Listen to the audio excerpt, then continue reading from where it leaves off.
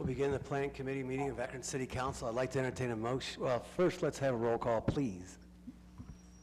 Fusco. Aye. Kamer. Aye. Connor. Aye. Baylor.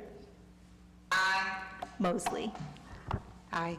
All committee members are present. Thank you. I'd like to entertain a motion that we accept the minutes of the previously held meeting. So moved. Second. Very good. Thank you. So we do not have any items that are up for a public hearing today. Would you like to do a vote on that, Mr. Chair? Could we do a vote on the minutes, please? Vote on the minutes? Yeah. Sure. Aye. Kamer. Aye. Connor. Aye. Baylor. Aye. Mosley. Minutes pass 5-0. Thank you. Thank you. In terms of the regular agenda, I'm going to recommend time on 1, 2, and 3. On item number 4, this is the White Pond Frank Boulevard Urban Renewal Plan. Mr. Volleman mentioned, and Mayor, that we'd like to have a discussion on this here today. I know it's been on everyone's minds of late, so I just want to make sure that we afford some time to this. Mayor Horrigan, would you like to say something? First of all, thank you for having us all. I want to thank the developer for being here too. I won't get into the particulars of the development agreement, but I wanted to do was talk a little bit about maybe some of the characterizations that have been going on, maybe the last week or so, and certainly understand. I'll kind of meld a couple of different topics going back and forth. One, obviously, with my announcement that I'm not running again, which really doesn't belong on the council floor, I think have given maybe some notion that, you know, however you were going to characterize it, lame duck being the most positive or the most prevalent one that is kind of out there.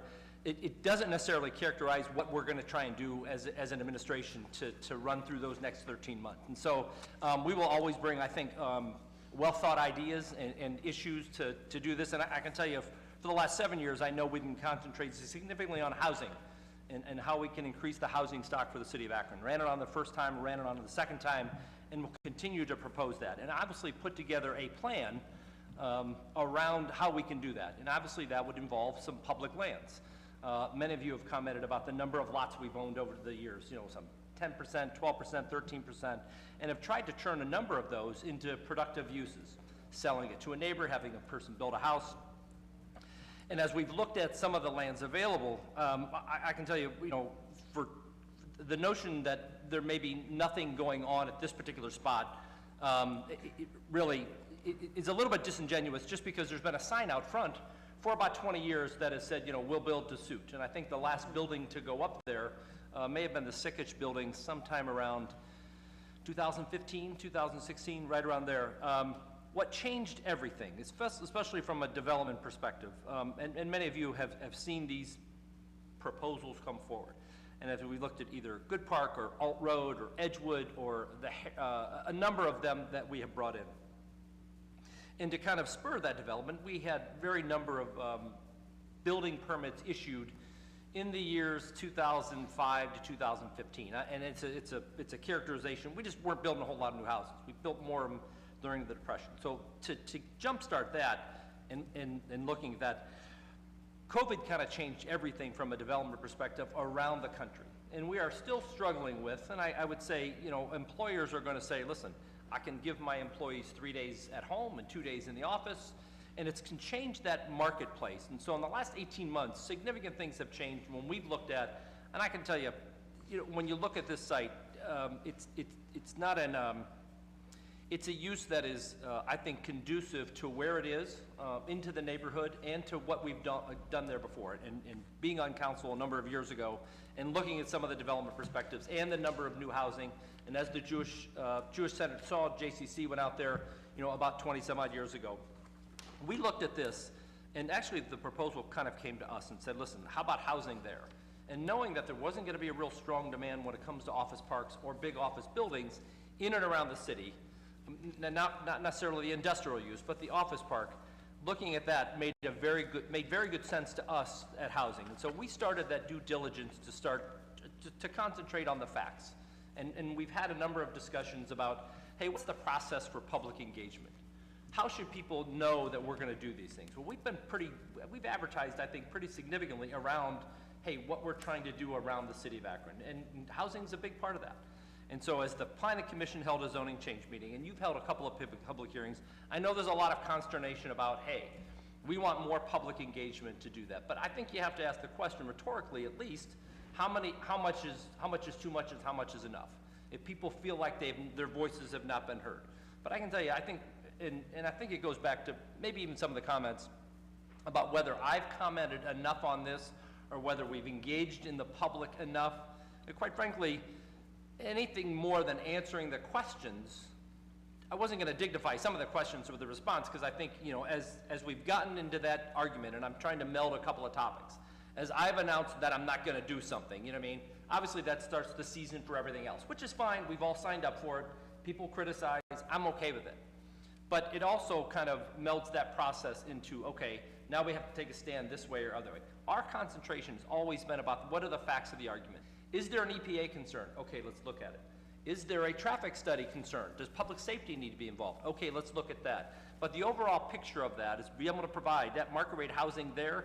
We've tried to stick with the facts when it comes to those FAQs, which I hope that you got and then shared them with the public.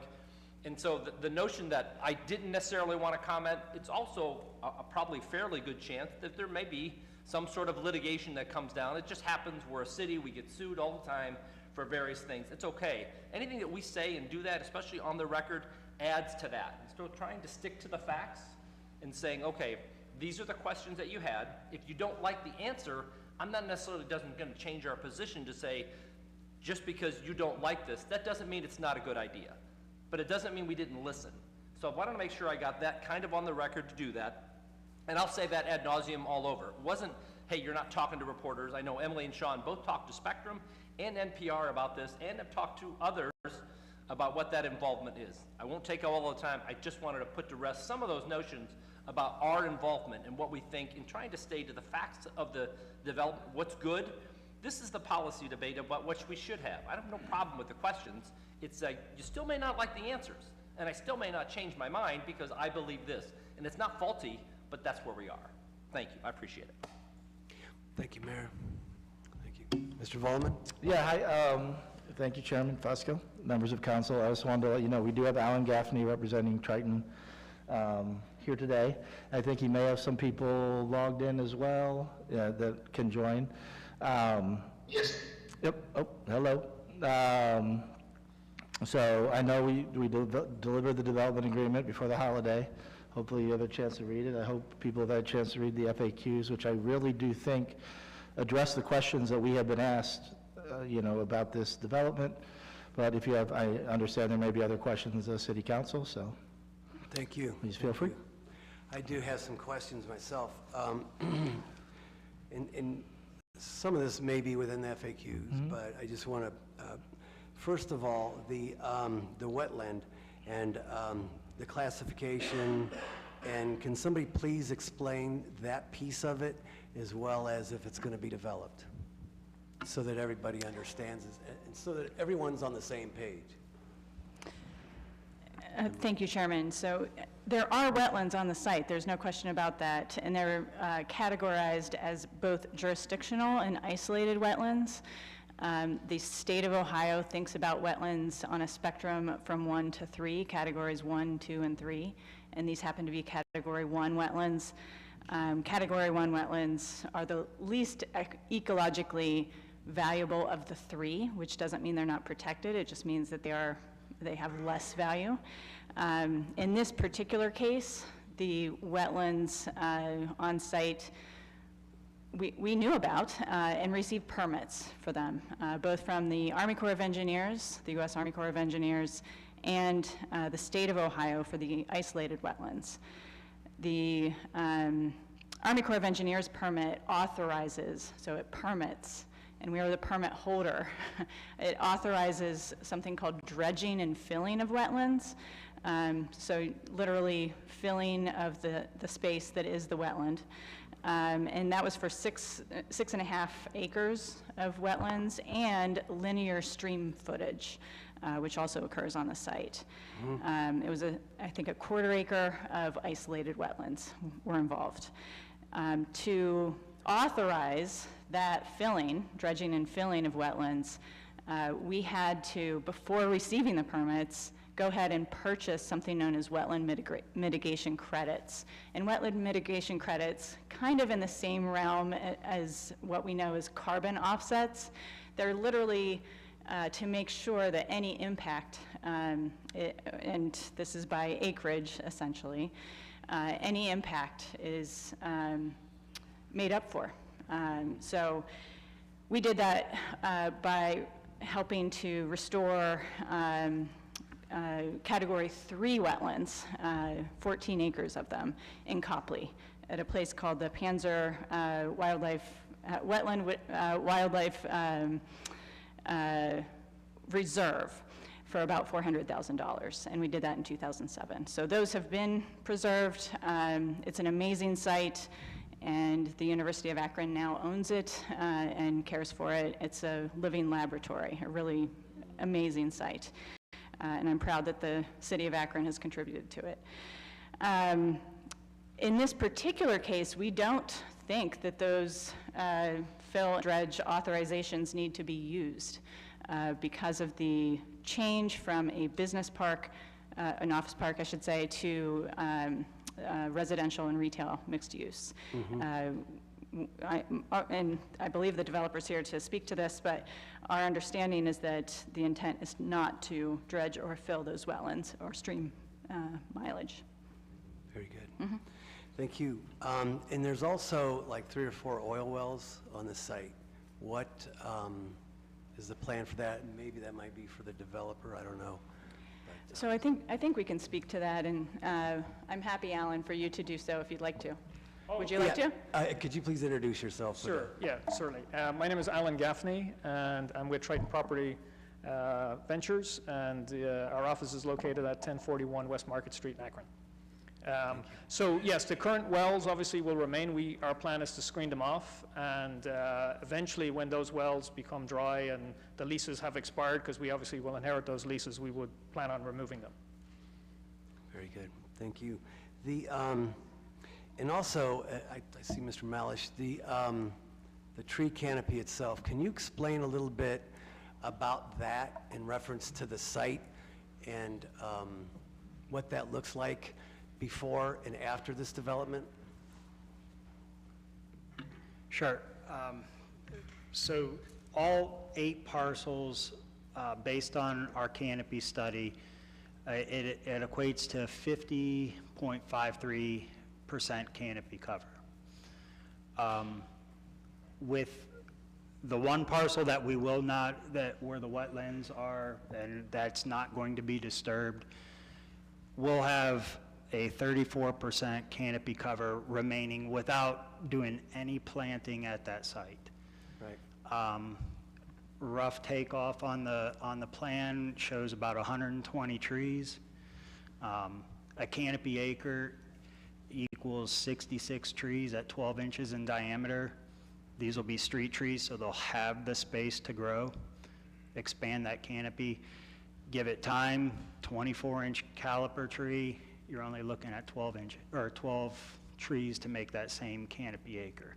So we're looking at, by the time we get up to a 24-inch caliper, I mean, you're right around that 42, 43% canopy coverage, and citywide, we're at 34%.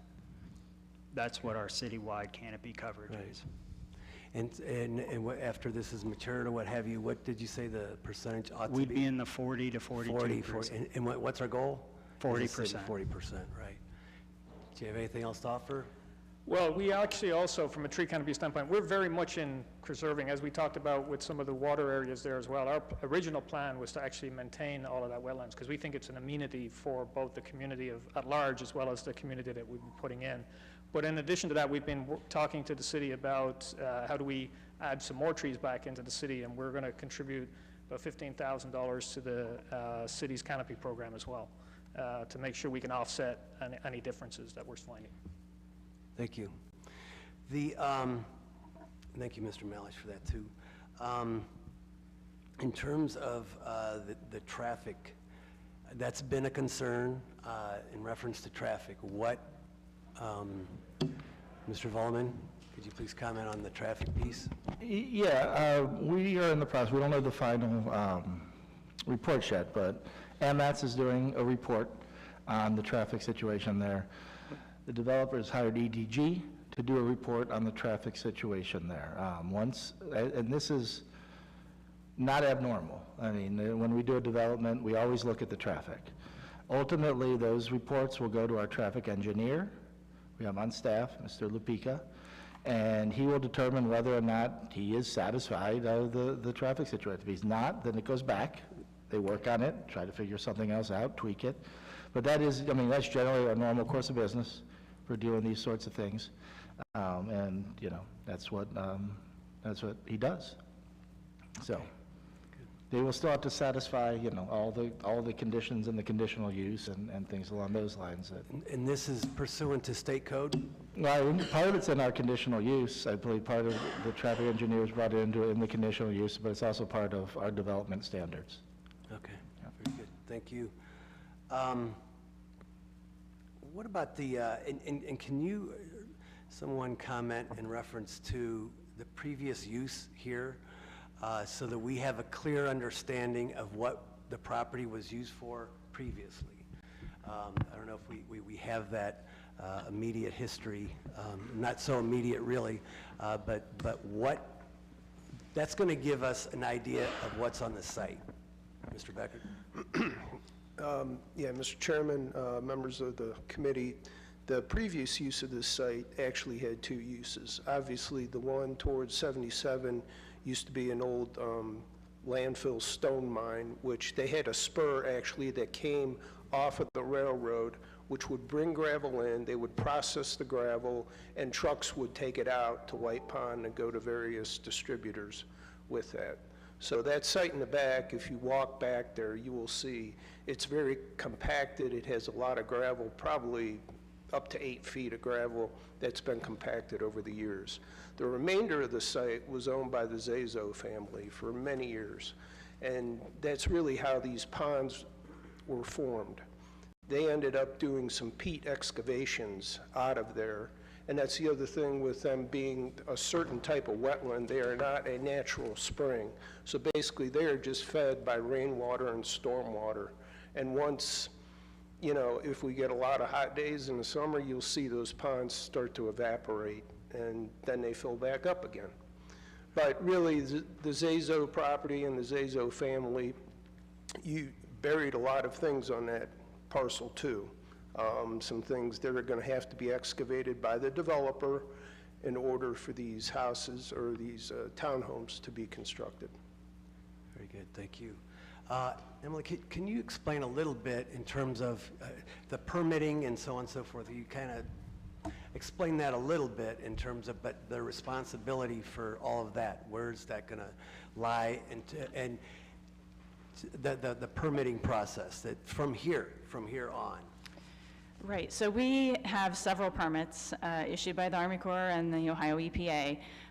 Those permits, you know, they were sought for the purpose of an office park, and there is a requirement in those permits to ensure that the respective environmental agencies are notified prior to any kind of construction or clearing.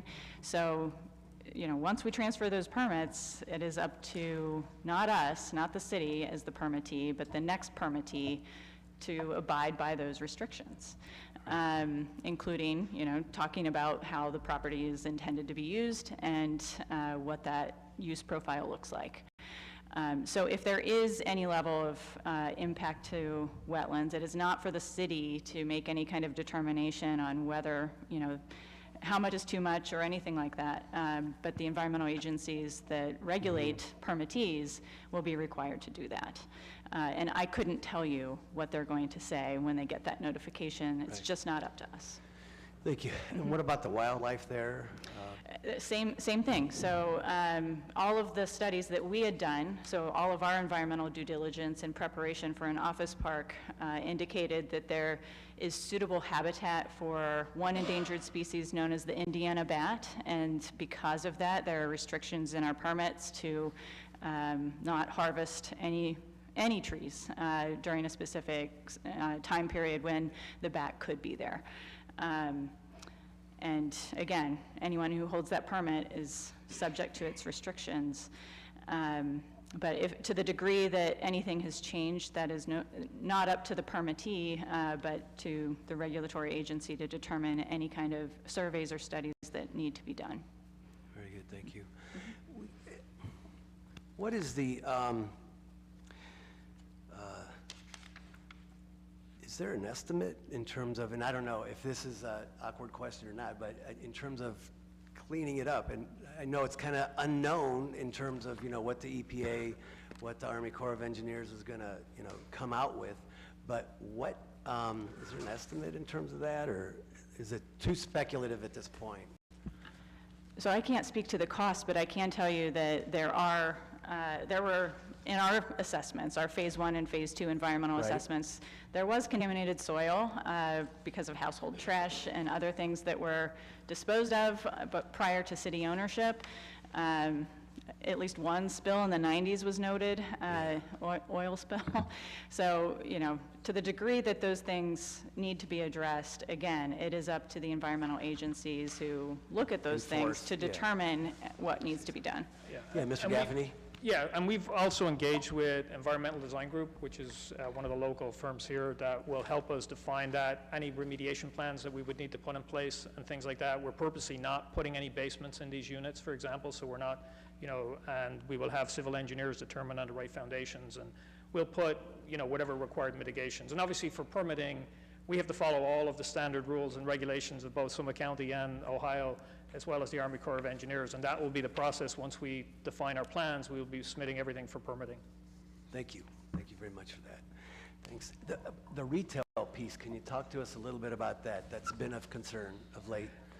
Yes, sure. Our intention on the retail side of it was to try to put some services in there for the local community. Obviously, that would be adding with the residential units we're putting in, as well as the community around. So our thought process, at least on the type of realtor or real retail that we're looking for, is maybe a breakfast place, a coffee place, ice cream parlor. You know, some more of those service-based. You know, we're not trying to make it a shopping mall or anything like that. And we tried to design it so it didn't look like a strip mall. You know, we tried to do the design so it looks a little bit more friendly community. Our thought process is that, you know, both the residents who are there maybe be able to walk their dog and go for a coffee and that kind of thing. So it becomes sort of that added amenity. Now, it's not something we've taken out to the world at large yet to see what the demand for retail is. So obviously we got to determine that. But, you know, at the size we're looking at anywhere from 50 to 60,000 square feet of realtor. You know, we're thinking maybe 10 locations, if not a little bit less, depending on the size of the restaurant or whatever that goes in there. But again, our intent there is to make it more of a community location, not sort of, and if you look in that area, there's not a whole lot, there's nothing almost in walking distance, and then the footprint itself will be relatively small on the acreage that we're using. It seems like it's suitable, you know, whenever you look at the plans, it looks suitable for smaller users, Yes. not a big box. Yes, yes, it's not a big box. We're not trying to put a big box in. We don't think that would be conducive with our, you know, we're not trying to put a McDonald's on the corner either. You know, we just don't think that's the right feel. You know, it doesn't feel like a community when you do that. So that's at least our intent to do that. We've already had conversations with some local, I won't mention their names because it's, No, you it's know, we but some understand. local, you know, coffee places and things like that who have actually expressed an interest in that location as well. Good.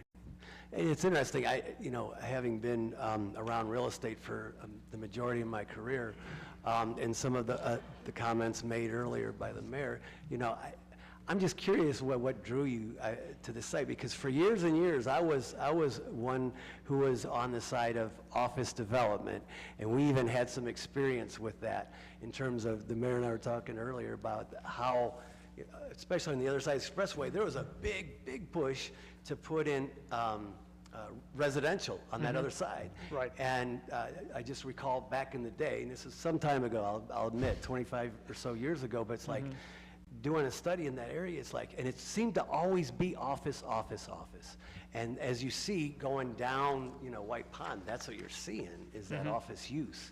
And it seems as though for traffic, that seems to increase, you know, peak times, obviously, for that. But what drew you to this? Yeah, well, I guess a couple of things. It's funny you mentioned traffic. We actually think by converting it to residential from office, you're going to actually reduce the traffic burden that offices would have had if you'd put, you know, you'd have thousands of people leaving, you know, at peak times, so to speak. But that being said, I mean, we are residential. We own a number of residential units in this area. We have about 460 units in total. We own actually a number in Fairlawn, about 150 units there in Fairlawn. So we're very familiar with the rental market here, from here to Stowe and this region. So we saw demand, and we actually have a lot of interest in those units there. And frankly, when we looked at, you know, we both build and acquire existing units, and we looked at what's happened during COVID and things like that, and we thought it was a great opportunity to acquire, actually build our own units that are more suited to what we believe residents are looking for now, which is sort of more ranch style and townhome style, rather than the apartment building kind of style. So when we saw that location, we had actually looked at some land across the street that I believe is sold or has been on the market for quite some time. I think that a church or so owns it. I think there's advertised again as 12 or 15 acres, so we looked at that as but when we actually looked at it, there was only a couple of buildable acres on it, so it didn't suit, and that sort of drew our attention to the site that the city had there. And again, we viewed office as probably not something that everyone's clamoring to build, so that's when we approached the city and said, hey, could we do a change of use here and put some residential? We think it's a great location for residential community. Well, and it's interesting in terms of the piece about, because oftentimes what we'll see is investors purchase a property and then they have a management company manage it. In terms of your business model, you do both. Yes, we actually, we own the properties, we manage them ourselves, we maintain them ourselves, and for us it's a long-term investment, so we actually in developing this property, we're not developers per se, we're developer owners. Our intention is to maintain this property and own it. We're building it for ourselves, effectively. Very good. Thank you so much. I apologize for asking so many questions, but I thought some things needed to get out and be discussed. I'm going to open up for questions for the rest of the committee and then for all of council at this time. Any committee members? I see Ms. Mosley has her hand up. Thank you. This question is for the developer and for the city. Can you explain what kind of outreach went into that community prior to today? Because it seems to me that seems to be the biggest issue, is residents saying that they didn't know, they weren't notified. If we could talk to that a little bit. Yeah, I think what we talked about just in my opening comments about public engagement and about outreach, Planning Commission public hearing and the two for here, I mean, that is the process, and many people have said, hey, listen, we need to change the process. And my question is, you know, how many public hearings are enough? I mean, if it's 3, should it be 7? Should it be 12? Should we knock on doors? And I don't have any problem talking about what the public engagement part of it is too, but I've been pretty, I think we've been pretty open about saying, this is what we want to do, and we're here. It's not like, I think the zoning change went in sometime in June, so it's still been a discussion for the last few months. I know we've been in discussions with them about some things. The other part of it too, even though it didn't say particularly residential, there has been a sign out front that something may be coming to call the city. So it was never, in my mind, it never was, okay, we can do this. You're going to get to a certain point where you say, okay, have we not answered any questions so far? Or is it the answers that people don't like, which that doesn't change them. It still makes them, you know, what the answers are. And so that was the outreach that, you know, that we go through with the public hearings, not only through the Planning Commission, but here. But like I said, it's worthy of discussion about how much more there needs to be, or whether, I know some people have said, hey, we need to slow this down. I'm not of that notion, because I think we've had that input. I just think the answers some people just don't like. It's okay. I'm not mad at them. It's not personal, but this is kind of the process by which we go through on any development. So I know when there's projects that have been, example, Mason Hill, where they were going to build a development grandparents housing. You remember this? And we had to have hearings about, we were going to have a hearing about it, and the residents were upset. They all came down here. They were all sent letters, and then we went out and had a meeting with them at the church. Long story short, that the project stopped. It was abruptly stopped because the residents came down here and they were concerned with it. So my question is, were there letters sent out to those residents, or was it just, hey, we're having a public hearing, show up if you have something to say? Because I know with that project, we went a step further and actually went out and talked to those residents on Margaret and Betty and Corley, because they were concerned about it being built there. We- there- we- Okay. I can, There was notification, but go ahead, I know you. yeah, there was 62, I believe is the number, Sarah Viviano, notices sent. I'd have to look into that, but I believe it was over 60. I have that, and it's in 60, 61, 62, something like that, notices were sent On this project right here. on the public hearings Okay. for this project, yeah. And again, like I said, we've talked about this before in terms of, public engagement, how many, we could increase that number or try to revisit how we notify the public to include, more, increase that. So I want to go a little step further. So on that 62 that was sent out, how many of those individuals participated in the public hearing? Oh, it's Can we find that out? There's I mean, no way I because know. that means something. 4, Nancy said 4. Well, So, I don't have that information, but. yeah, and so if we could, I mean, it just, I we have to do a too. better You job can't in- force people to come to a meeting, I though. You know what I mean? It's like- I agree, but just. I got just- You see what I'm, I would just say for Planning Commission, by law, we are required to put an ad in the paper, basically for planning, but we go above and beyond that for the commission, and we actually notify people within a certain period, abutting and around the development itself. So there was a mailing list that went out, and we can share that with you, but that same mailing list is the one that City Council uses as well. So we have a mailing list that goes out for Planning Commission. Folks are notified of the commission meeting, so that's the one public hearing. And then it goes on to City Council, and Council uses the same mailing list. And we've talked So- over the years about expanding that, and I remember those zonings that you talked about. The ward council person was involved heavily with that zoning. I remember that, and there was, the ward council person was very active in the community, talking to those neighbors for that particular and so one. my last question, Emily, you mentioned the Indiana bats that are on the site, and there's some language in there as it relates to those Indiana bats. I was looking at this printout that we received from one of the biologists at the University of Akron, where they're talking about other reptile species on the project, on the site over there. Is there a way where they can also be added into that scope?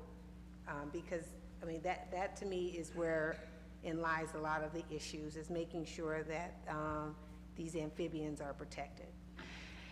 Right, I think you're referring to the number 3 on our frequently asked questions that relates to endangered species. And the most recent survey and assessment of threatened and endangered species was actually done in 2012 on the city's part. And that is something where,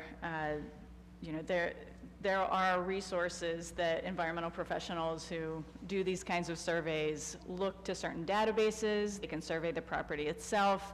There are techniques that are done to make sure that either something is not located there or the habitat itself is not present. Obviously, the Indiana bat is the one that they did find habitat for. They didn't find the bat, which is infrequent these days, but seeing the habitat is very common. And we have quite a bit of that habitat in the city of Akron with our urban tree canopy that we provide.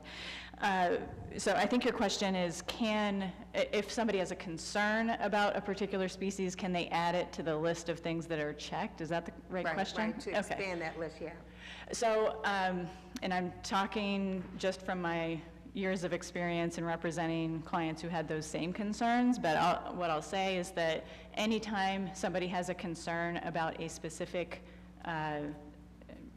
animal or species or plant that could be endangered or threatened, they need to tell the agencies that's responsible for reviewing that. And here, it could be the Ohio Department of Natural Resources. It could be the U.S. Fish and Wildlife Service. And they are the ones who will ensure that if something's supposed to happen on a property that could be in question. I dealt with a lot of mine sites over the course of my environmental practice, where my clients were contacting those agencies to let them know that they saw a particular species and are concerned. And that should prompt them to do what they think is necessary. But the city is not in the position to be the regulator in that instance. Okay. Does that answer your question? Yep, sure Okay. does. Good. Gert Wilms? Just quickly, Chair, I would like to congratulate the team for, one, being present, listening to all the public comments that they have heard over the last few weeks here at Council, put together a very comprehensive document to answer those questions, to address those concerns. If anybody needs this, don't hesitate. We have multiple copies, and feel free to share. I know our communications team has done a good job getting this out to the press as well. I was pleasantly surprised to see, oh shucks, where's it at? This, that got you into how many pages of documents? I mean, all the permits and everything. It was like, wow, there was a lot there, and plenty of reading for us. Any other committee members? Okay, not seeing any. Mr. Mallett? Thank you, Mr. Chair, and thank you to everyone who's here to provide information. I have a couple of questions which touch on some of the questions before, so I'll try not to be repetitive. So in terms of traffic, I know we said that there's, AMATS is doing a review, and then the Mr. Gaff, the developer's consultant, is doing a review. So I guess if we don't anticipate that review being done before the land sale or before council's approval of the land sale, are we saying that we intend to move forward with the project regardless of the results or, the conclusions of that study? No, I mean, and I'm anticipating having more information this week, but getting the approval of the traffic engineer will be a condition of building the project. So Of building the project, yeah. but not of selling the land? No, Okay, nor to my knowledge has it ever been. sure. And Okay. sure, but I guess my question then is, if this traffic study, I know that the administration has stated that, the understanding or the position is that we're comfortable with the amount of traffic, that White Pond is able to absorb the amount of traffic that this development would propose. I'm paraphrasing, but Yeah.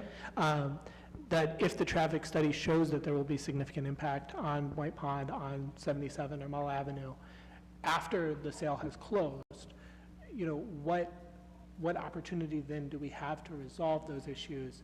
And particularly, there's some potential that the public will have to absorb some costs associated with changing traffic patterns or changing lanes or things like that. I mean, the second part's speculative, but we will work out, he has to submit a plan that satisfies the traffic engineer. Okay, but again, I'm not trying to be If speculative. it has to change, it has to change. Okay, And I think you're trying to present, or maybe a worst-case scenario, if there are, Okay. in all honesty, if there are, X number of thousands of cars, and all of a sudden the White Pond, that is, we do know this, is that if it had been developed as an office park, it would be a much more significant impact into the traffic. Given that as a residential development, you could say, if one then the other, we think it's going to be a less of an impact on the traffic side. It's not that there's not necessarily going to be any, and I'm not the traffic engineer on the road. But on the development side and looking at that, we've long had issues where we've looked at, when they redid White Pond, 2005 or 6, or that exit around there. And I know ODOT's been looking at that exchange for a while. I don't know how far along, but these are routinely things that we do prioritize in, and I would point back to Smith Road and Gent, not having to do a traffic study because of where the office is these days. 18 months ago, things changed. Traffic patterns have changed around the city. If you drive around, and I'm not saying they're permanent, but there seems to be a lot more traffic in and around the city at X number of time when there never was, because people are working from home more and doing some other things. We don't think that impact, and like I said, it's a cursory level, but I wouldn't want to necessarily characterize it like you did.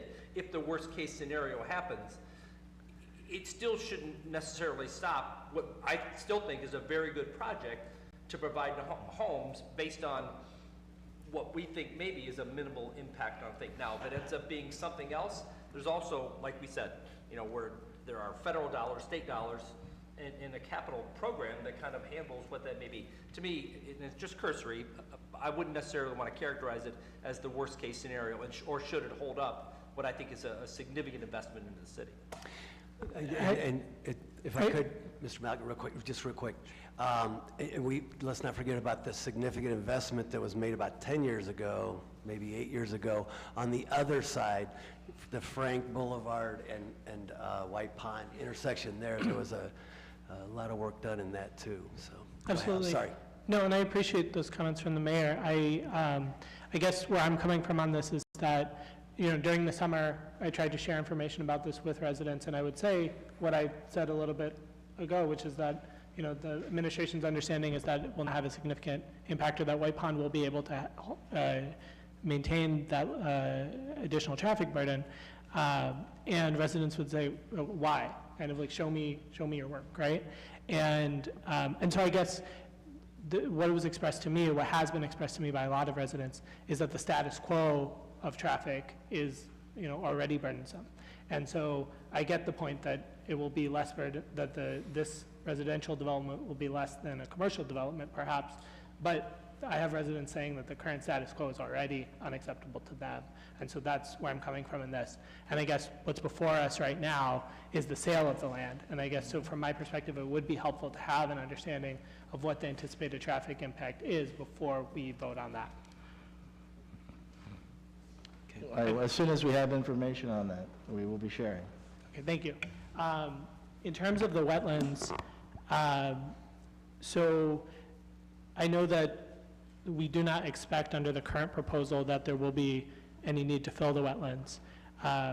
But I guess if that changes, right, then my understanding is the developer will need to go to the Army Corps of Engineers and potentially Ohio EPA and find some way of accommodating that, similar to how we intended to accommodate it with the commercial proposal through wetlands credits. Is there any consideration of putting in the development agreement any kind of environmental easement, conservation easement, that would prevent the filling of the wetlands? Somebody? You're right that there's not a conservation easement in the development agreement. What I'll say about the permits is that any impacts that were not anticipated in the original permits, the Army Corps is just going to have to look at. I can't, no one in the city, I think, can, you know, in advance give you an assessment of whether we think that is enough, you know, a new proposal would be enough of an impact to trigger some kind of other review. That is not up to us. But there is a clear requirement that no matter what, even if it is, you know, the same as the office park development that's actually built, the permittee has to contact the U.S. Army Corps of Engineers before developing. So they're going to get their chance to look at it one way or the other. A conservation easement as part of the development agreement, you know, I can't speak to whether we've done that before, but what I can tell you is that that is a universe that we need to be careful in breaching, mostly because we need to be mindful of the set of environmental standards and regulations that exist outside of the city. I mean, if it's just a sale and you want to conserve a specific area, sure, put a conservation easement on it. But that may be, you know, the world of unanticipated consequences. I mean, I can imagine that we probably want to see an environmental agency look at the groundwater contamination that was apparently present here. So I wouldn't want to restrict that in a development agreement from the city's perspective. Thank you. That actually leads nicely into the next question. Thank you for all the information that's been shared about the environmental concerns. There's substantial amount of documentation. I'm trying to go through all of it. One thing that did catch my eye, and I think this was noted in the FAQ in the summary, was the presence of levels of cadmium, lead, and arsenic and chromium that are above a certain threshold level. But the report's conclusion does state that it is not a significant concern for, I think, commercial or office use or for construction workers on the site. I guess my thought was, since the potential use is changing, do we have any kind of updated assessment about whether those levels are of concern for residential use? So the city has spent upwards of $2 million in assessing this property at this stage, and it is now, to the degree that we are no longer the permittee or seeking environmental permits for redevelopment of the site, that expense should no longer be on the city. So if somebody is proposing something else, some other use, it should not be, we got grants to do it, but I think the developer is going to need to see what EDG says in terms of their assessment and what standards need to be followed for removal or cleanup if necessary. So the city is not in the position of conducting those assessments at this time. We're not seeking to redevelop the site, right? And I appreciate that point. And then the fourth question, and I think the final question. So a lot of discussion has been about the value of the project and the value of tax abatements and kind of all of those economic discussions. And I think it's important to note that there is merit to the project. There's merit to having new housing. There's merit to having all kinds of housing stock, market rate, and affordable. But I am wondering, is there any kind of analysis about or estimations about the amount of income tax that will be collected in like year 16 onwards, or any kind of economic analysis data that went into this decision around this project? You mean year 16 onward, you're talking about property tax? And after the tax abatement. I mean, it would be whatever the property's worth at that time. Sure. I mean, we have not done an as-built appraisal now. I don't know if because this was not, this is not a overall TIF, where money's being generated year one and that we're trying to come up with a stream of income. But I don't, if you have any thoughts on what the property valuation will be as built. Mr. Gaffney? Yes, sorry. At this point, obviously, it's hard to say exactly what, but, this development is going to be probably a $50 to $55 million development for us. So just as a ballpark number, which is obviously significant investment and risk for us to do that. So I think you also, though, will have residents. I mean, our intention is, as soon as it becomes live, it's residential. So you'll have probably 200 to 250 households that may or may not be new to the city. I mean, you're going to have a mix, obviously. I would hope existing Akron residents as well as new. So you're going to have income tax coming in from there. In addition, obviously, after 15 years to the property tax as it kicks in. And then obviously for the commercial property, that tax it comes in immediately with that 60,000 square feet of commercial property as soon as it's built and occupied, because that's not subject to the tax abatement. Very good. You're welcome. And just finally, just a brief final comment.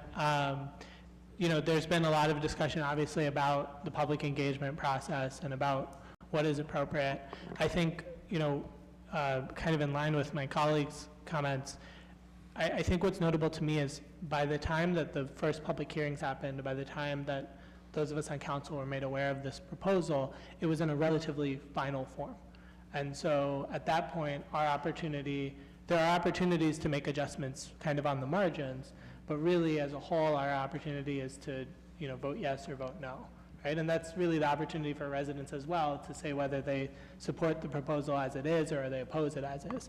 And I think that when we're looking at, significant chunks of public land that are within residential areas, there is value to seeing at the front end what residents believe is the conducive use of the property.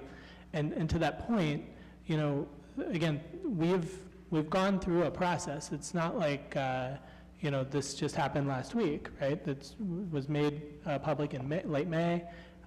In June and July, there were public hearings. We voted on this in September. But it is the case that the level of awareness among the average resident has increased dramatically in the last maybe month and a half. And at this point, we have dozens and dozens of residents who are reaching out, who are basically saying that they don't believe that this is a conducive use to of the property. And I think at that point, we have an obligation to slow down and not to kind of look at improving the process for next time, but to really engage folks directly in dialogue and discussion, because, you know, we have a significant number of people who have real concerns that I think are reasonable, and I think reasonable minds can differ about whether this is an appropriate project, but it really does seem appropriate to make sure that folks feel heard. And I just want, I've said that in a variety of ways, but I did just want to say that here. Yes, thank you. And Mayor? you make a couple of points, and a couple of points I would disagree with. One, we also live in a representative democracy, of which council members represent residents. I represent the same ones. And we've had this process where we say, okay, I bring to you this meal that says, here's breakfast, here's dinner, here's lunch, and then your input into that process, that is the executive part of it, as you well understand about the representative part and the legal part. And as far as the engagement, there is more public engagement as that has gone on. More people have become aware of it, but we've also answered every single question.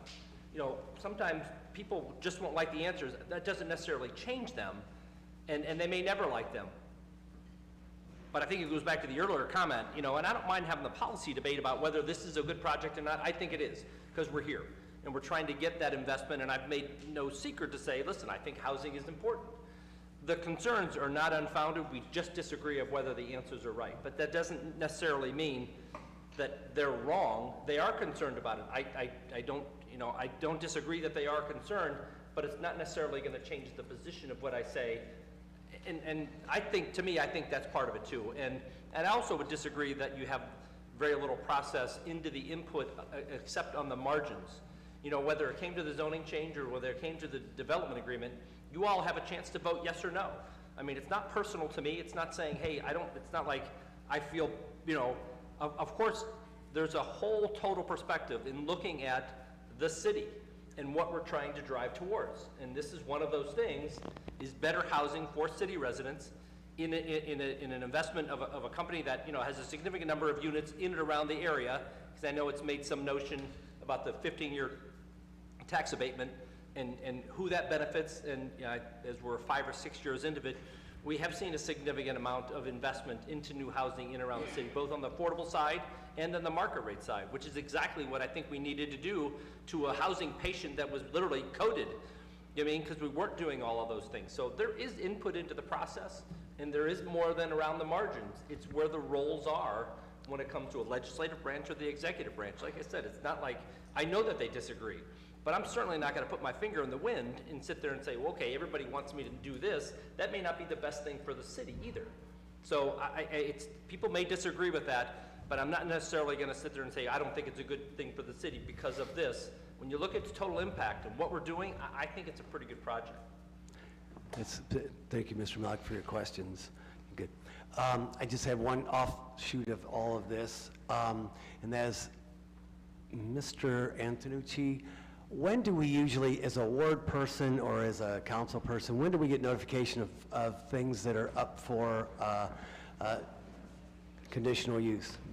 Yeah, so really as soon as a petition comes in to our office, it goes to the council office, goes in the mailbox, it gets sent out electronically.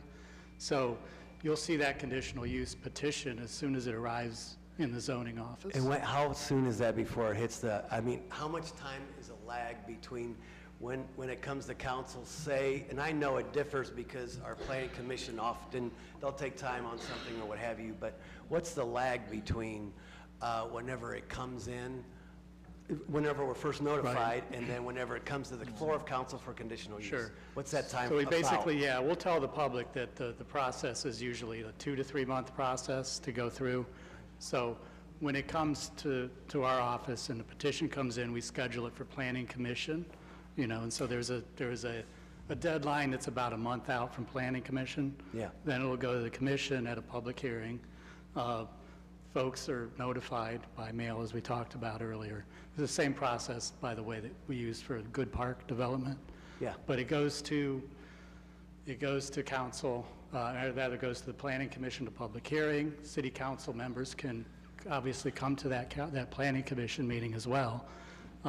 Then it's another, I believe it's 3 weeks after the planning commission before, then Sarah has to advertise for council after commission.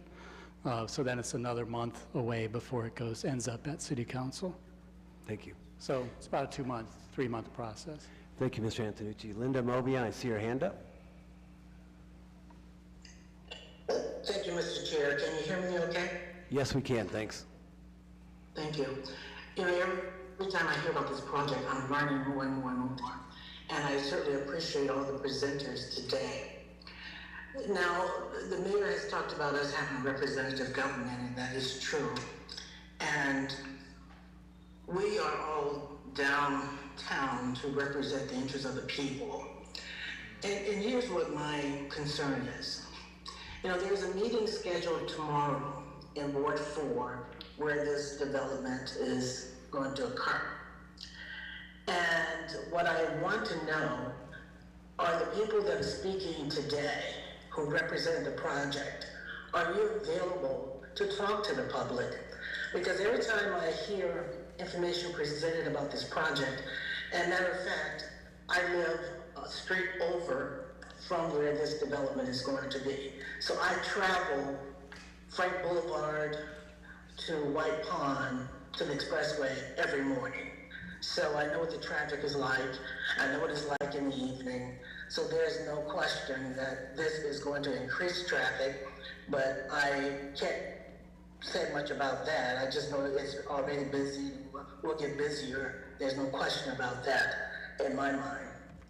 So what I did learn from the young lady who's sitting on next to the mayor is that there are independent agencies that will look at the wetland portion of this property and will tell us meaning the administration, council, citizens, what protections or permits and things like that are required. Am I correct? Councilwoman Amobian, are you asking me if I will do that, or if there's another agency that will do that? Yeah, you indicate that there are some independent departments at the state level that will tell us what protections are required for the wetland and the species that we keep hearing about, the environmental protections that, because I can only tell you that when I vote on something that the administration is proposing, unless I have questions, I approve it because I am assuming that the administration has done their due diligence in providing us with the facts about the project. So, and maybe you're providing us with the facts or providing us with the facts that you had at your fingertip at the time that you presented it to us. All of this talk about the environmental impact of this project, I've just learned by listening to my neighbors and other citizens. And certainly I believe that their questions and concerns need to be addressed. It doesn't mean, Mr. Mayor, and I think you said this repeatedly, that we're going to change our minds. It's just that we're engaging with people who have concerns, who are taxpayers and voters, who want to hear about what's going to happen. And they have a right to have their questions answered. And I think for me, that is engagement. And I understand the protocol that we follow, but you deviate from anything that you have that's routine when it's needed. You know, so we've done that so many times when we needed to deviate from a standard process so that we can answer as many questions for people as possible. And again, the final outcome may not change, but at least you've heard the people, you've answered their concerns and questions, and perhaps there's a way where we can all agree that both can live at the same location and be protected. And that's what I want to know. We are where we are. And what I want to know is, are their concerns protectable? Can we protect as much of that wetland and species that they continue to talk about? In terms of the traffic, there's no doubt in my mind that traffic is going to be heavier. Like I said, I drive that route every morning coming to work. So I know it's heavier in the morning and the evening. And I'm not really sure what happens throughout the day, but I can tell you that there will be more traffic. But what I want to know is, are the people presenting now, are you available to attend a meeting tomorrow at, Sean? is it 5 o'clock or 6 o'clock in the evening? Thank you. At St. Sebastian Church to review this with the citizens. And I think that is what I have it written down. I think it's 6 o'clock. 6 o'clock is a discussion tomorrow. So are you planning to be there, or can you be there? And with the representative government we keep talking about, that means that the council person in Ward 4 should have been heavily involved in this discussion. When he realized that there were concerns from his residents, he should have been invited to the table. So these are my concerns. How do we move forward? Because we are where we are, but I want to know, can we sit down with the people tomorrow and talk about this project, hear them out, and answer as many questions as possible? Like I said, every time I hear this discussion, I'm learning more. Thank you. When the man talked about the canopy coverage and the young lady talked about the different permits that need to come from the different departments at the state level, that kind of information to me is helpful, because you're talking about a third party that is separate from the developer and separate from the city, that will come in with their independent views as to how this needs to be taken care of, the wetlands part.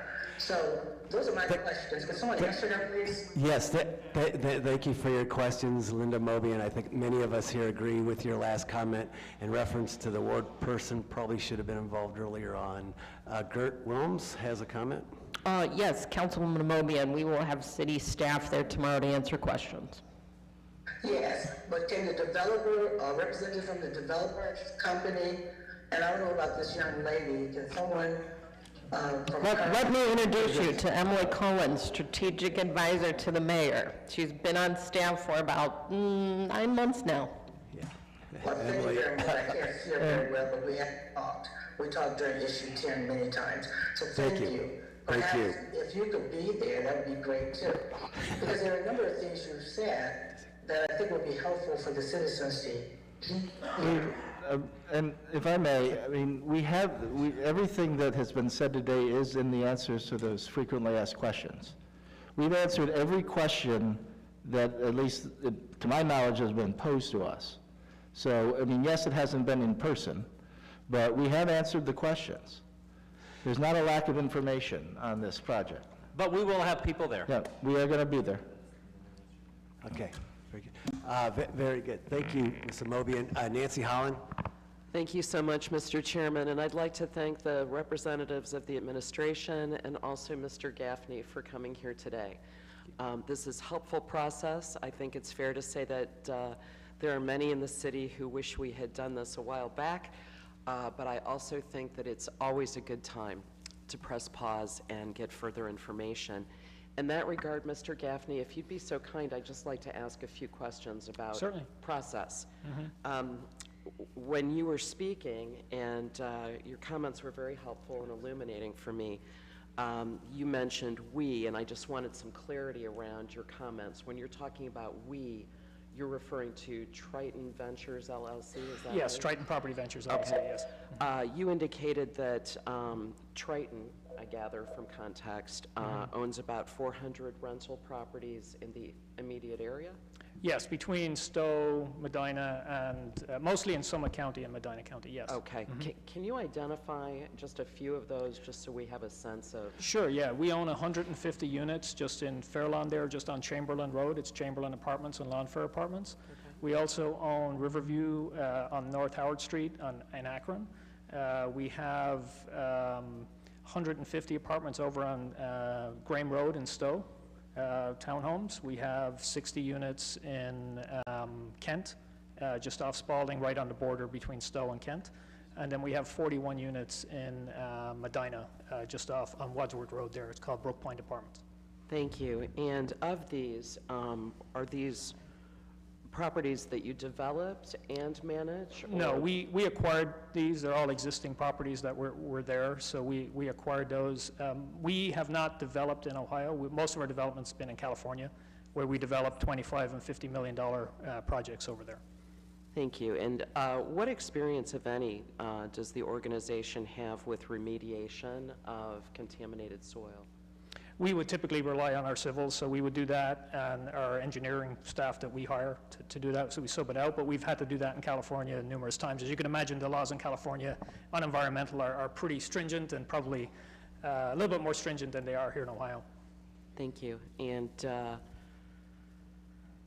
bear with me a moment, if you would, please. Certainly. If you could give me an idea, and the viewing audience as well, how this matter unfolded. Did you approach the city, or did the city approach you? We saw the land for sale from the city as we were looking around looking for development. So we approached the city with the proposal of presenting a residential community there rather than an office park. Approximately when did that happen, Mr. Gaffney? It was probably a year ago, there or thereabouts, when we first started the initial discussions with them. Okay. And did that initial contact include a rendering of the plan? The renderings were created once we got sort of an indication that that might be possible. We submitted for, it would require a conditional use, obviously, and we created the renderings of the plans then, which I want to say was May, June timeframe. So in the course of reviewing the development agreement, I see frequent reference to surveys that are yet to be done, and I'm not sure if this is a question for you or to the administration, so I'm just going to throw it out there and see who wants to respond. Number of references to surveys. Also, I think we have an understanding that 29 acres of this parcel are developable, and that this is how we reach the overall sales price of $725,000. Each acre of developable land being priced at $25,000. Am I right so far? Yeah, Sean? Yes. Very good. So I guess my question, and I ask this based on some experience, both in the saddle, in city council, and in other places, does it make sense to identify with some specificity, including a survey, a property description, the developable acreage up front? Given that we have some concerns about wetland area, location of trees, et cetera. I'm looking at you, Mr. Woolman. Yeah, no, I mean, the survey that's mentioned in there is your typical boundary survey that's done. There also, the developer is getting what they call an ALTA survey on the property that shows all restrictions and easements and the like. I mean, I will leave it, I mean, I will, happy to talk to the developer about it, but doing another boundary survey showing, I mean, and I don't know the permit itself, if that also describes, you know, the actual boundaries of the wetlands or not, but, I mean, we can come up with, you know, meets and bounds of what will be developed. Yeah. And I guess what I'm proposing may sound like I'm getting at sort of a backdoor approach to a conservation easement. It's not my intention, but rather to, you know, provide some greater clarity. And it goes to another concern that I have within the development agreement, which is that, and I just want to confirm my understanding, it appears that the development plan on the developer's end can change without the necessity of a return to city council. Is that right? Within potential zoning, and, I mean, if it turns out that if he's built a number of units of residential and they're not, no one's renting them, and he wants to do something else that's allowed under the zoning, he can come back to the administration and request it. Okay, but in terms of developing greater than 29 acres, or let's say, and pardon my voice, I have such a terrible head cold. I'm with you. At least you're wearing a mask, God bless you. So what I'm envisioning here is that, obviously, as has been said repeatedly, the city is not in a position to forecast what the Army Corps of Engineers, Ohio, or US EPA can possibly do with the necessary report that the purpose, the land use proposal has changed, okay? But let's say that what we come to know is that the contamination of the soil, which has been very openly shared with the public, is a greater concern than perhaps we envisioned, or a greater concern because of the proposed residential use. Do we, at that point, have some sort of situation where the plans could change or go forward without a return to city council for further exploration? As the story has unfolded, and let me explain where I'm coming from, what I've seen this as being possibly a situation where maybe we're really looking at a remediation development, which I think is not a terrible thing for us to be thinking about. I think it's a very realistic approach for a post-industrial city to consider that over and over again, if we're doing it right, we are going to become aware of a significant environmental impact on our groundwater, on our soil. This is not going to be the first or last time. So what I'm getting at here is that I see in the development agreement a certain amount of latitude for the developer to change course or do things differently, or perhaps even not go far enough, especially if this is used as residential property, in terms of safeguarding folks who are exposed to whatever is revealed or is of concern, if it is of concern to the regulatory agencies. Emily? So I think what you're envisioning, Councilwoman Holland, is the idea that if it turns out that groundwater, surface water is not at levels that are great for residential development, that something else happens where more land would be developed, or more wetland, I guess, would be developed. Is there a way for the city to get more money? Is that your question? That's exactly my question. Okay. Thanks for helping me out. You're welcome. Thank you. So, Sean, I think that's probably something we'd want to think through. Yes, I mean, there is a way. Right now, he's not developing, you know, he has to come to the city for approval to do anything other than, you know, what's being proposed. So if he wants more land to develop, it's $25,000 an acre. What, but you're talking in terms of the sale price, but No. before, but. Yeah, I didn't know zoning- that. I didn't know exactly what the question was. The zoning dictates the use. Around how much of this land is really going to be developed, and can we identify that with specificity within the development agreement? It's in the zone. Yeah, it's, That's what you always do. Yeah, in the- the sale of land, right? Right. But I'm talking about within that agreement, actually identifying that portion of that land that is planned for development. Make sense? If there's anything outside of that, though, he's going to have to come back in for zoning. Anything outside, am I right, Mr. Antonucci? I think I know Outside you're what saying. we've already approved. Yeah, there's a I plan referenced by the conditional use ordinance, so that plan is what is referred to in the Mayor? conditional use ordinance. Yeah, I Thank you, think you're Mike. saying, hey, show me the plot of land that's going to be developed, show me the plot of land that's not going to be developed. And within those reports, if something changes, and maybe it's a lot less concern, and they don't have any concern, you're going to want us to come back and say, okay, now instead of developing the 35 out of 20, out of whatever acres, I may be off, now they want to do another one.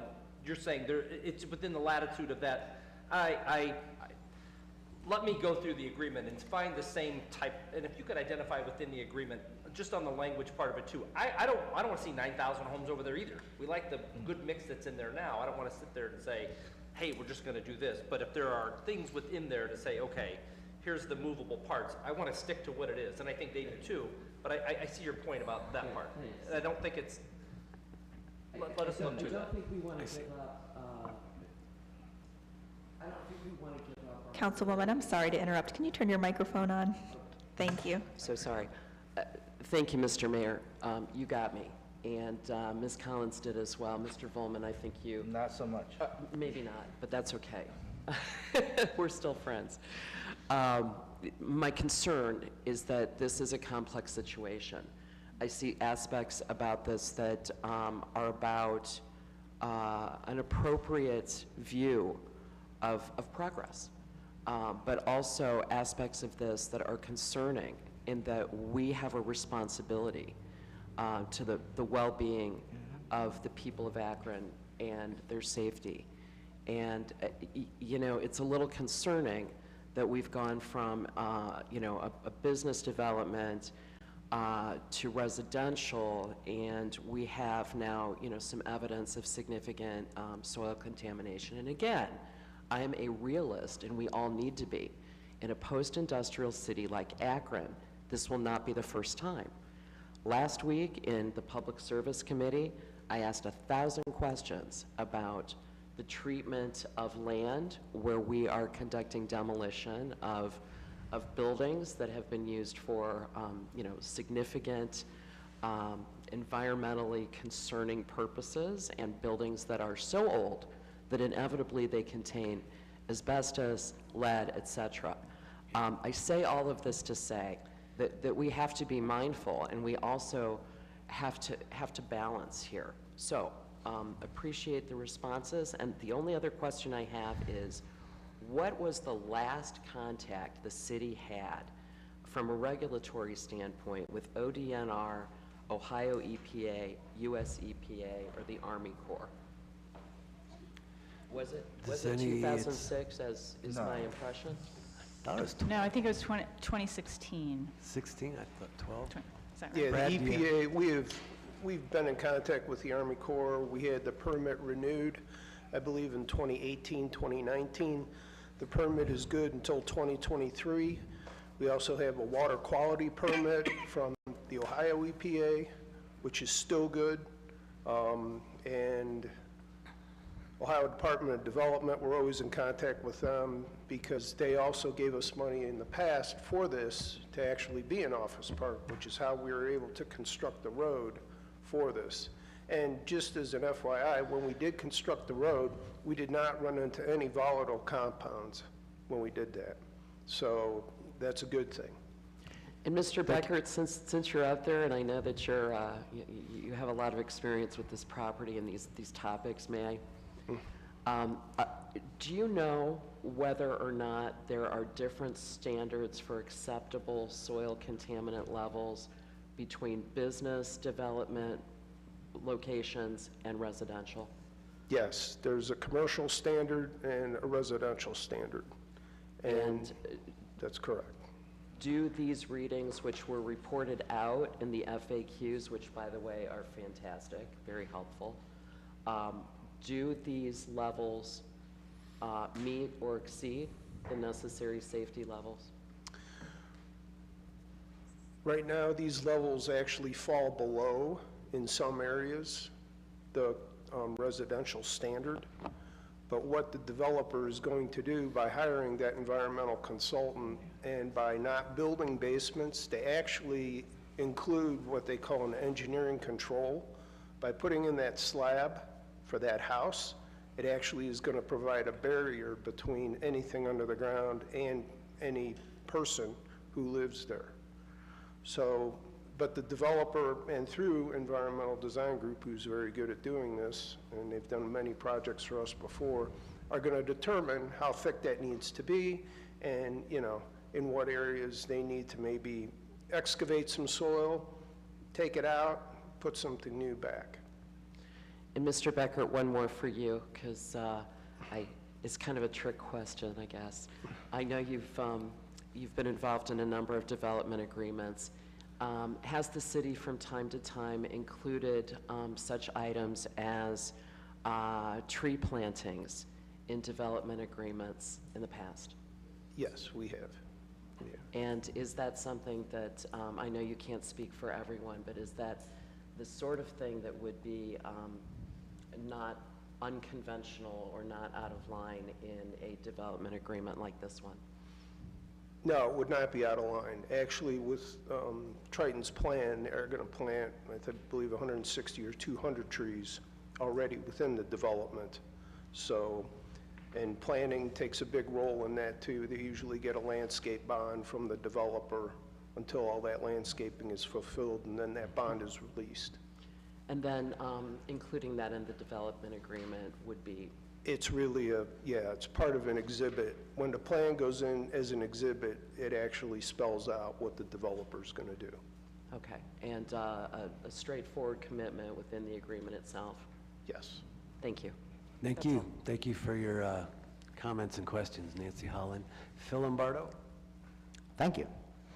I just wanted to make a statement in regards to the mayor's opening comments regarding, office space and housing. Like remember when you used to travel down Route 8 or 71 or 77 and see a, office building going up and, company XYZ is building, their offices there. And, that was great at the time. Now that, COVID came along, one could say, well, we don't have any need for office space right now because everybody works from home. But that's the point. Yes, we do need office space, and it's called apartments or condos or townhouses because everybody is working from home. Nobody would have believed that, 20 years ago, but I just wanted to make that statement. And then, Mr. Gaffney, I was impressed with one word that you used a couple times, and that's community. So we're trying to build a community there, and you mentioned that, we don't want this to look like a strip mall in regard to the retail space or no big box stores, things like that. My question is, in regards to, is there any type of walking trail planned around any of the space there? Yeah, certainly. Great question. So a couple of things. So one, we're putting sidewalks around, all of the neighborhood as well. And then our plan, and actually we've started some conversations with the Western Reserve Conservatory about that sort of water area there, is about putting trails in there, but we want to work with them to determine what's appropriate and what's not. But the intent would be at a minimum to put one around the outside to sort of walk, from into the commercial or from residential. But yeah, that's the intent, to sort of make that a little bit more accessible potentially than it is today. But obviously we want to make sure that's designed appropriately. Okay.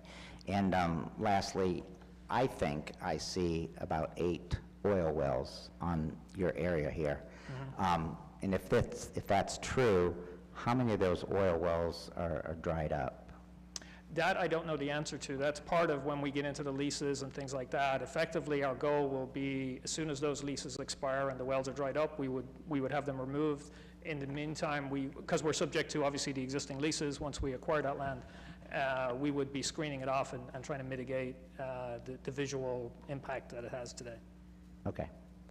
Thank you. Thank you. Thank you all. Ms. Mosley? Really quick off of what Councilman Lombardo said, we have 8 wells on his map. Do we know how many of them are capped?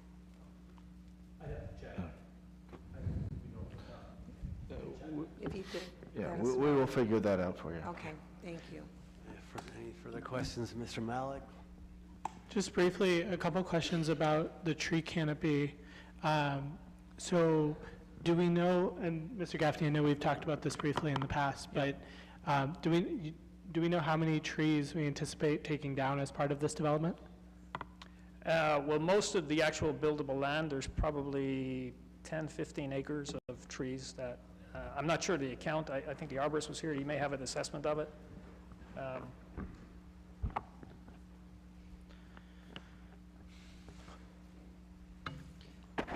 The site ranges, I mean, you have saplings from half-inch up to 28, 29-inch caliper trees.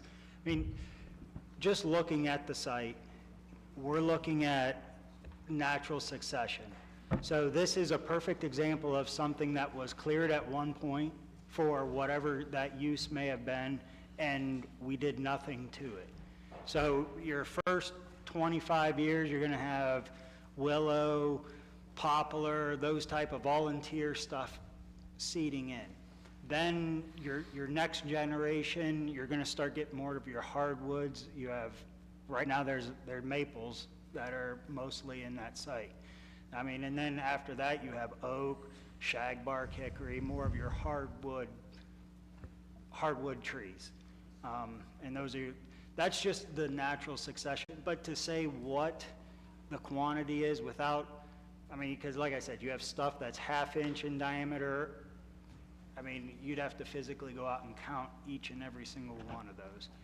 The fact is, we know that it's 50.53% canopy cover with all 8 parcels put together. Okay, and I appreciate that, Mr. Malish. What number of trees, again, it was said before, but what number of trees, Mr. Gaffney, do you intend to plant? So right now, in the current landscape plan has about another 160 or so trees going in. And then you also mentioned that you intend to donate some amount to the City Street Tree Program? Yes. What's that amount? $15,000. Okay, and Mr. Malish, what would that look like in terms of number of trees or types of trees or that kind of thing?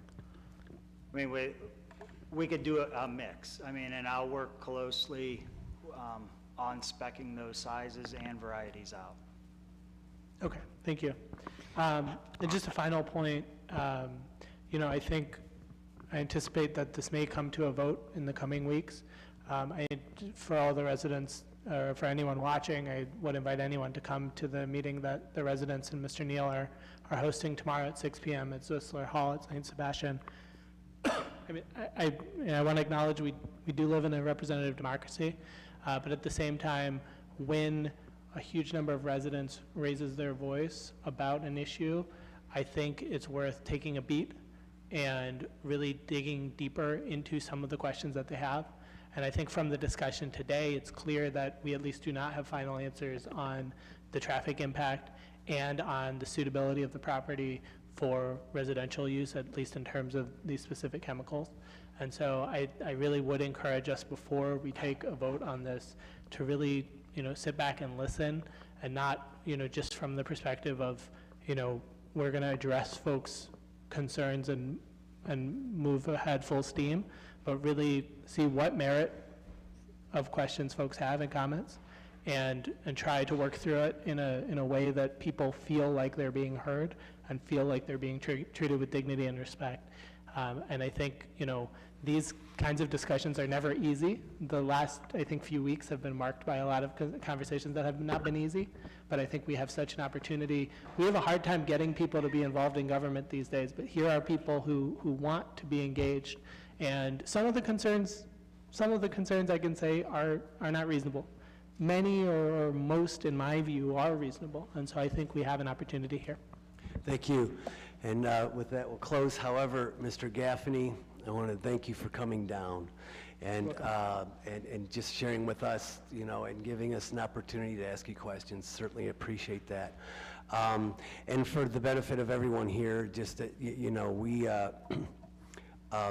oftentimes these type of developments, the first step, as we've heard, we didn't see this till May, came in June, July, approved in September.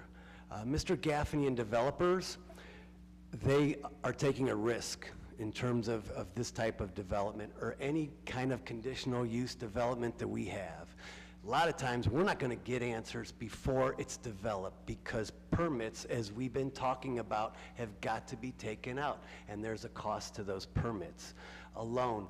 There's also going to be a bank involved in this, and I don't even know about the financing in this. That's not our place to know that. But the first step usually in this process is to get the approvals from the city, and then the next step and the next step and the next step. So a lot of these answers we're not going to have, I guess, is what I'm I'm saying. And so what our charge is, you know, previously it was the conditional use, and then it was the development agreement / land sale, yeah. And so, but we've had a lot of discussion, and we've had a lot of input from the community, and I agree, meeting with the community is always good. We've had, I know, attended one meeting with you up there at the Fairlawn Heights area with the concerns, and we can't have enough, I agree, to get the public input. We've always agreed with that. So with that, again, thank you so much for your investment in our city and for your interest in our city, and we appreciate it. Thank you. Thank you all. We'll now move on to the new legislation. Thank you all. So we'll take time on the balance of the agenda, Sarah Viviano. And item number 1, this is, I'll let you read these in, if you don't mind. Your voice sounds better than mine. Item number 1 is an ordinance authorizing a conditional use to establish a special event banquet hall at 133 Merriman Road and declaring an emergency. Thank you. Refer? Next one. I'm just going to say refer. Item number 2 is an ordinance authorizing a conditional use to construct a commercial facilities and grounds building at 389 Edgewood Avenue and declaring an emergency. Refer? Item number 3 is an ordinance authorizing a conditional use to establish a Type A daycare home at 1182 Tulip Street and declaring an emergency. Refer? Item number 4 is an ordinance authorizing a conditional use to construct an oversized garage addition at 525 Glenway Drive and declaring an emergency. Refer? Item number 5 is an ordinance authorizing a conditional use to establish an auto dealership at 338 North Arlington Street and declaring an emergency. Refer? And item number 6 is an ordinance authorizing a conditional use to establish a Type A daycare home at 393 East Woodsdale Avenue and declaring an emergency. Refer? With that, planning is adjourned. Our next committee of the day is the Public Service Committee. Those committee members are Mosley, Kamer, Holland, Lombardo, and McKittrick. We'll give everyone just a moment before we get started.